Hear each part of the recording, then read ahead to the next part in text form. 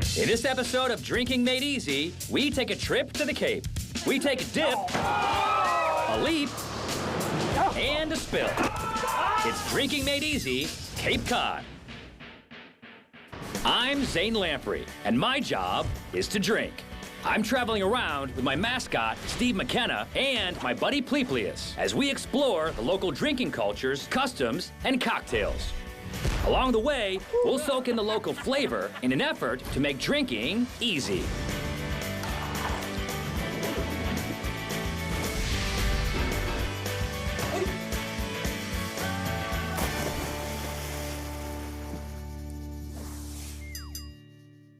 We head over to Hyannis Harbor to meet up with a man by the name of Beezer at a little place called Trader Ed's. Beezer's known for creating Trader Ed's most popular drink, the Beezer Pleaser. This says Beezer Pleaser, non-alcoholic frozen drinks. Why does it say that? I don't know. It's a misprint, I guess. I'm gonna show you how to fix it. It's really easy, watch. You see what I did there? Yeah, awesome. I just fixed it. I can fix other things too. I can change prices, whatever you want. The Beezer Pleaser is made with watermelon rum, pina colada mix, strawberry daiquiri mix, melon liqueur, and watermelon slice as garnish. Start by pouring a whole lot of watermelon rum into a blender. I know. At what pace? 10 count. That's good. Next, add strawberry daiquiri mix and pina colada mix. 3, 4, 5, 6. Now it's time to blend. Take a plastic cup and sink in some melon liqueur. It's a reverse float. What? A reverse float? How much am I doing? We don't count. No, you do count. I want you to know that you do. Seriously, you count. To everybody here, you count. They love you, man. Then top off with our icy concoction. Garnish with a watermelon wedge. Sort of put it on like that. Perfect. And a straw. To finish it off, make it look like a stem by filling the straw with melon liqueur. That's awesome. And to make it just a little bit more manly, top it off with a dollop of whipped cream. Perfect. So is this a race? You guessed it. The boys must suck the contents of their cup through the straw without touching the cup. First to finish wins. On your mark, get set, go. And they're off. Lamprey sucks hard, but his straw gets clogged. McKenna and Beezer push through the brain freeze and continue to train their cups. Oh my God, what's wrong with you, man? Beezer is in the zone and pays no attention to Lamprey's trash talk. Do you not feel pain? It's coming down to the wire, and it's clear that no one's gonna catch Beezer. Give up. And Beezer breezes through his Beezer Pleaser and takes home the victory.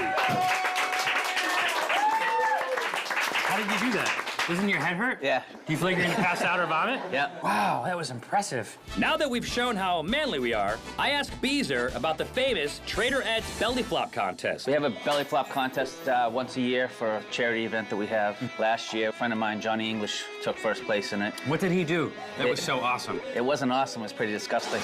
Really? Steve and I had poolside with Beezer and current champ Johnny English to take part in a belly flop exhibition. Each of these contestants will get one jump. The girls will be judging on splash height, water displacement, and pizzazz. The flop with the highest score is the winner. McKenna's the hairiest, so he's first. Hey, here we go. McKenna stumbles off the platform, spreads his arms, but doesn't quite get parallel to the water, and that will not get a high score. To impress the judges, Lamprey does a 3/4 flip into a perfect backflip. Because Lamprey didn't technically do a belly flop, he receives a low score from the bikini-clad judges. That looks like 6 to me. Next is hometown favorite, Beezer the Pleaser. He jumps, arches his back, and smacks his belly on the water. That will get a good score from the judges. Last up is defending champ, Johnny English. It's clear that he's more physically prepared than his competition. He angles his jump towards the judges and hits the water in a perfect belly flop. Now that is how it's done. And it's clear that Johnny English remains Trader Ed's belly flop champion.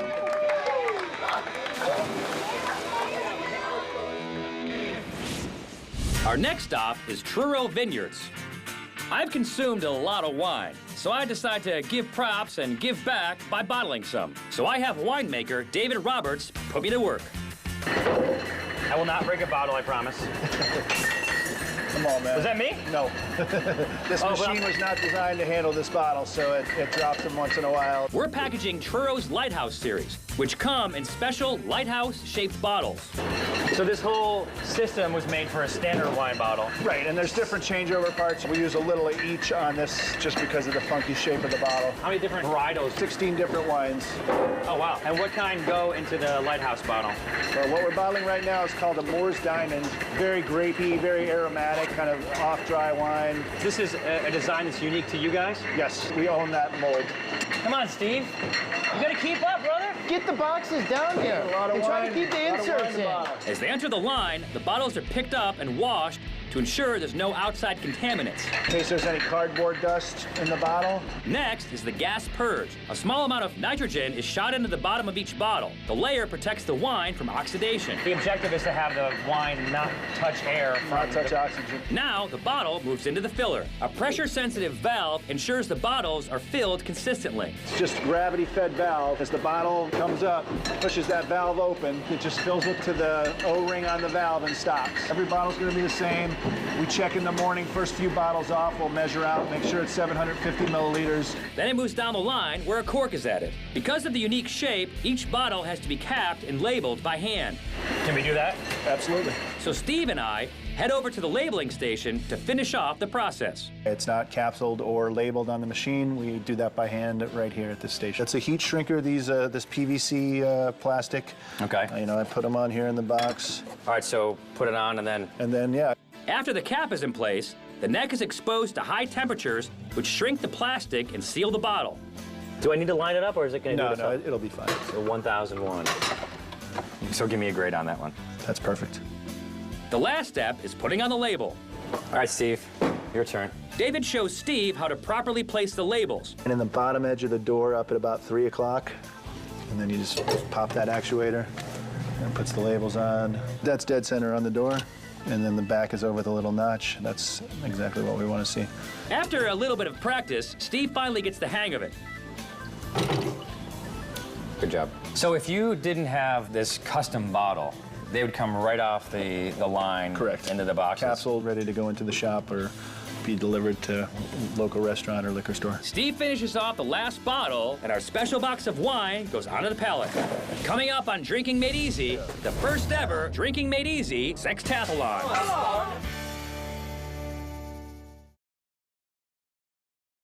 Welcome back to Drinking Made Easy. As you know, this is a show about drinking, but it's also a drinking game. So there's rules involved. Whenever you're on a boat called Shay's Lounge, you have to drink. Whenever your name is Steve, you have to drink. If you have a dumb-looking beard and you know who you are, you got to drink. For the rest of the rules, go to drinkingmadeeasy.com. Next, we head over to Blackfish, a restaurant known for using fresh, local ingredients. We meet up with Carrie Lardner to learn the restaurant's history and try some of their fresh cocktails. Is Blackfish a play off of the fact that it used to be a blacksmith's shop? Yes, it used to be called Blacksmith Shop, but a lot of people used to refer to it as the Blackie. Okay. So we kind of wanted to keep that. It just so happened that we called it the Blackfish. It kind of came to us. Right. We stuck with it. We're glad we did. We love our sign out there. We don't, we don't have a typical sign. It's sort of a local artist's piece, and it works. So we are the Blackfish. We need to have a drink, because Steve's very thirsty. Carrie suggests we make her favorite drink, the Strawberry Basil Martini. The Strawberry Basil Martini is made with fresh strawberries, lime juice, basil, simple syrup, and vodka. Start by adding fresh strawberries to a pint glass. Since these are the first of the season, I'm going to add 3. Yes, let's do it. That's a nice one. Yeah. Next, add a lime wheel. Oh! What? That is Come really on. good. Come on, that's impressive. I'll drink to that. Some basil, Is this fresh local It is basil? fresh local basil. It smells very organic. an ounce of simple syrup, Very good. then muddle, I'm marrying the flavors. Exactly. Right, so then Yeah. I believe I did it Well right there. put, well put. add vodka, Good. Now this is 888 Yes. Nantucket, which is an island just off of Cape Cod. We consider the Cape and Islands local. Some people would consider Nantucket part of the Cape Cod family. Yes. Tell that to someone in Nantucket and they'll be Trust like me, this. trust me, trust me. They'll slap you with a glove and be like, no, we are not part of Cape Cod, we are our own isle. That's how people talk over there. I don't know if you've been there. With a slight British accent, like John Lithgow. He's from here, but he sounds like he's not. Okay, now what? We want to add ice. Yeah. So add ice and shake.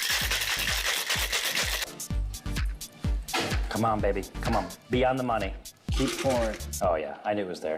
Typically, we would garnish these with a little bit of basil. Do we have any left? Hold on. I'm going to go to the kitchen.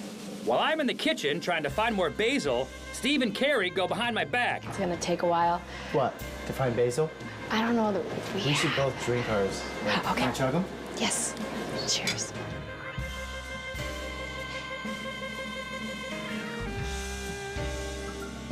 I have local lettuce. Oh, What'd you guys do? that's from Local lettuce. Roxbury, I think. What? Just what happened? We got thirsty. She drank them. Next, we head over to Cape Cod Beer to host this week's six-pack challenge. But before Steve and I face off, I meet up with Ron Cotty to try some of their locally made beer. Ron suggests that I start with their flagship, the Red. Steve, we need 2 of the reds. Cape Cod Beer Red? Yeah. So this is the red. Thank you. A lot of people want us to try their IPAs. A lot of people are proud of their IPAs. But what is a red? Red is a beer that is going to have a little bit more darker malt in it. This has got crystal malt with still a little bit of a hop profile going on there. So you still get a little bitterness, you get a little bit of hop finish in the end, but you get a good, strong malt background. We use what's called crystal malt. If you're going to do a stout or a porter, you would use a chocolate or a black or even a roasted malt. So you're saying that when you cook malt, you go from a golden color to a red and then to a dark brown? You could go through like tan to amber, then a redder, then brown, then black. So red is one of those steps? It is. The red is brought on by the color of the malt. There's a kind of a fuzzy line between a red and IPA. The amount of hops for a red doesn't really matter. It's the color of the beer. You want to have enough hops to stand up to the sweetness of the malt. And so an amber is just one stage lighter than a red. A little bit, yeah. And what's one stage darker?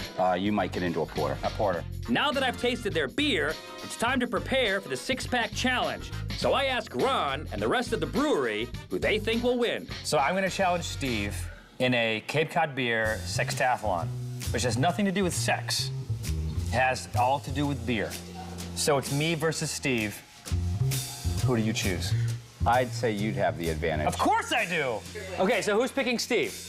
I picked Steve's beer. It appears that Steve has some sort of home field advantage. And you pick me. Yes. Let the games begin. Cape Cod beer, sex. Tathlon. It's time for the six-pack challenge. The first event in the Cape Cod Beer Sextathlon is the keg top toss. Lamprey and McKenna will take turns throwing a plastic keg top into a basket 40 feet away. Somewhere. McKenna throws one up. It looks good, but just misses. It skips off some boxes and nearly goes in. Oh! Angle is a dang. Oh, I can do that. Oh, okay, I got a new technique. Lamprey thinks he's figured out his technique. And it's in. Come on! That's one! That's one event for Lamprey. The next event is the triple pony roll. They have to roll 3 stacked half kegs over the finish line. On your mark. Get set. Go. And they're off. Lamprey gets a jump and leaves McKenna in the dust. Yeah! The second event goes to Lamprey. The next challenge will see who can drink from an ice-cold, continuous stream of beer the longest. The system pushes out a pint of beer every 20 seconds, and it's a cold 39 degrees, which makes it difficult to drink because it constricts the throat. Let the sucking begin. It looks like a scene from The Right Stuff, but this is the wrong stuff. Yeah. Keep on going, man. You got it, dude. You got it. You can take it down, dude. It looks like Lamprey's starting to struggle. And he's having some difficulty keeping up with the flow. 425. You got it. You're cruising now. Lamprey can't hold on, and McKenna cruises to an easy victory. It's 2-1 in Lamprey's favor. Event number 4 is the log toss, a different configuration of the half keg The log weighs 87 pounds. These vessels are empty and weigh about 20 pounds each. So the boys should be able to hurl these pretty far. So like right here, or like right there? Just right here. It's not really gonna matter. I'm gonna All right, destroy you. Lamprey has honors. Spinning release. Lamprey's first toss is an impressive 53 feet. It's McKenna's turn. That is an unimpressive 49 feet. Lamprey's next toss is off the mark. Whoa. But he's even with his previous throw of 53 feet.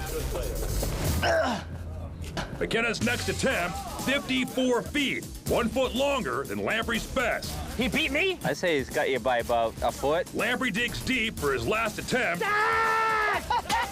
And it's 55 feet. McKenna has one last throw. Lamprey stands on the spot where his longest throw landed. McKenna throws. And it's past Lamprey. McKenna wins this event and ties up the beer sextathlon. I feel so inspired. How'd you do that? I don't know. Do we have that on video where I just beat you? Yeah, I think the whole point is to get it on video. The next event is the triple keg run. The boys must make 3 runs. First with the pony kegs. Go. That McKenna drops. That's It's gonna cost me. Then with the logs, which weigh 87 pounds apiece.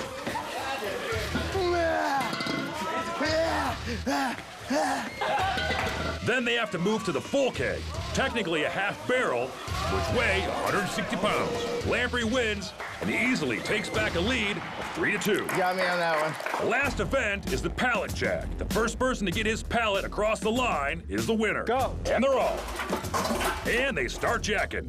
The first step is to jack up their load and clear the wheels. Then roll the pallets with backward steering over the line. And Lamprey has it in the bag. But there's some debate whether McKenna won on a technicality. My pallet's across the line. But is the pallet jack across the line? No, it's not. No, everything has to be across Wait. the line. Wait, what's happening? Lamprey senses a mutiny. the rules were laid out in the beginning. rules around here. I was so far ahead of Steve. That's your fault, man. It's never over until it's over. Okay, so 3-3. Yeah! I was being nice. Cape Cod Beer is clearly rooting for the bearded one. 3-3. Fine, 3-3. I chug off. The tiebreaker is a chug-off. The person to finish their pint first is the winner. On your mark. Get set. Go. They both have a little spillage on liftoff. McKenna seems to be filling his beard for later. McKenna is down first, but he Jim the Copped all over himself as Lamprey finishes his beer with dignity. The house rules in favor of McKenna. Coming up on Drinking Made Easy, we introduce you to Chad.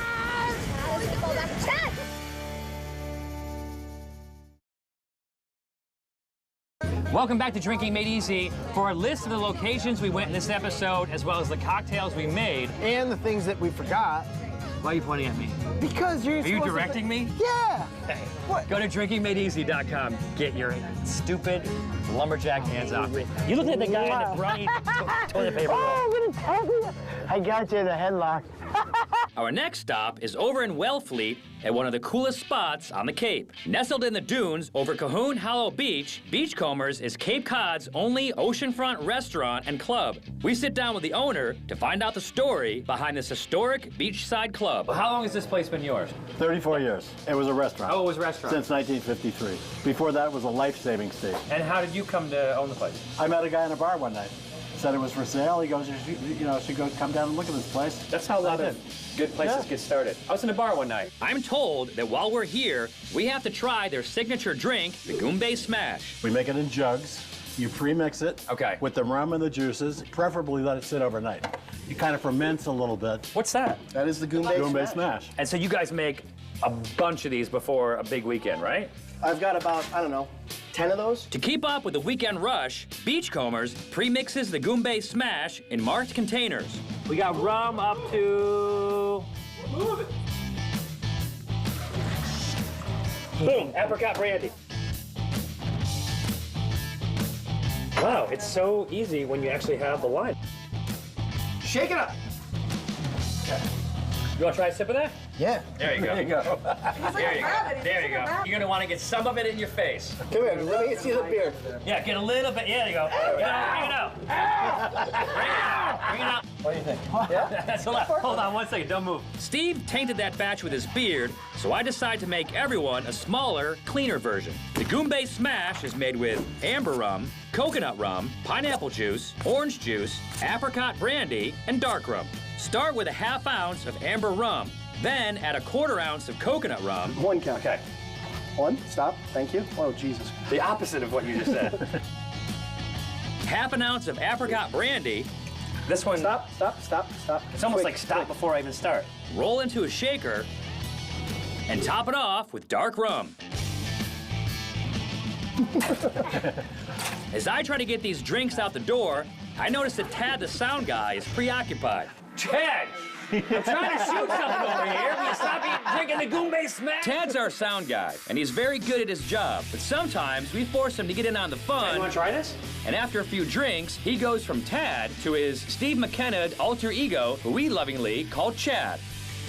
There is a thing called Goombay races. Who finishes their Goombay first? Who sucks the most? Now that the drinks are made, Thor convinces me to take part in a Beachcomber Goombay sip-off. It's time for another challenge. As always, the first person to drain their cup is the winner. With lips on straws, everyone's ready to start. Producer Mel counts it down. You ready? Yeah. 2, 3, go. Everyone gets off to a clean start, and it looks like they all suck at this. In a good way. Thor clearly has superior sucking skills and claims victory. Go. After a hard-fought race, we follow Tad the sound guy out to the dunes. I'm pretty sure Steve is Steve McKenna because he's taking his shirt off and is heading straight for the 80-foot drop off the dunes. And of course, I follow close behind. Our next stop is on the tip of the Cape in Provincetown. Old Colony Tap is a local dive that can't be missed. We jump behind the bar with Leonard Enos to find out what makes his Old Colony so special. This is a local institution, and you guys don't necessarily have local stuff. You guys just are local. I'd like to think so. Right now, where we are, I want a beer right now. What are you gonna have? Harpoon IPA. Can we get 2 of those? Absolutely. Old Colony Tap has been serving Harpoon since the company opened in 1986. The guys came around selling their product, and we put it on. Salud. With beers in hand, I ask Leonard what makes the bar so successful. It's just us, man. It's our thing, it's our scene. It's the look, it's the feel. And this place is more about the people that come here and the guy behind the bar, Absolutely. as opposed to what you're mixing up back here. Hey now! I got a double. So, are you more of a local bar or a tourist bar? Well, I think we're a little bit of everything to everybody. A lot of artists that come here to do their work, paint, write, whatnot. You have free Wi-Fi? We do, actually. Really? That's awesome. I know, right? If you want to go to a bar, you come here. Is it intentional that you have a nautical theme at your bar? The decor here was largely picked up on the back beaches out here. My grandfather, his buddies. That's what people did in the 40s, 50s, 60s around here. This bell, you know, it's traded. Just bartered off. Someone paid their bar tab with that bell? This bar itself is built from ship's planks. Really? People ask why are the knots so uniform? They're not knots. It's from a boat, man. This right here is an oar. Chad, you think your levels are good? They're perfect. We were told that we had to come to Provincetown before we left Cape Cod. Why? This is the first landing place of the Pilgrims, contrary to what the history books tell you. The Pilgrims did not land at Plymouth, they landed here? That is correct. Now that I downed a local beer, I want a local shot. So I asked Leo what a local would drink. People here drink everything, man. I have a challenge. I'll challenge Steve to everything in a shot. And the great Thor has a great idea. What do you want to do, a shot of everything? But he said they drink everything. Okay. I'll have everything. Fine. If he wants an everything shot, then that's what he'll get. You want it iced? Don't worry about it. For ours, we had vodka, tequila, rum, gin, coconut rum, amaretto, This is a bad decision day. triple sec, cinnamon schnapps, chartreuse, Grand Marnier, whiskey, and top with some dry vermouth. So this is around the world. Even though we only poured about 30 shots, we incorporated about 76 countries. God. It actually looks like piss. And then here's Steve. Just keep that one going. Yeah, milk it. Milk the tea. And there you have it. the everything shop. I'm not gonna like- lie to you, it smells offensive. It smells like cayenne pepper. It does smell. It does smell like pepper. No more stalling. It's time to drink. Yeah! Yeah, man. You know what? I'm not offended by it. I'm not either. Cape Cod, baby. That's it. Check us out on Facebook and at drinkingmadeeasy.com.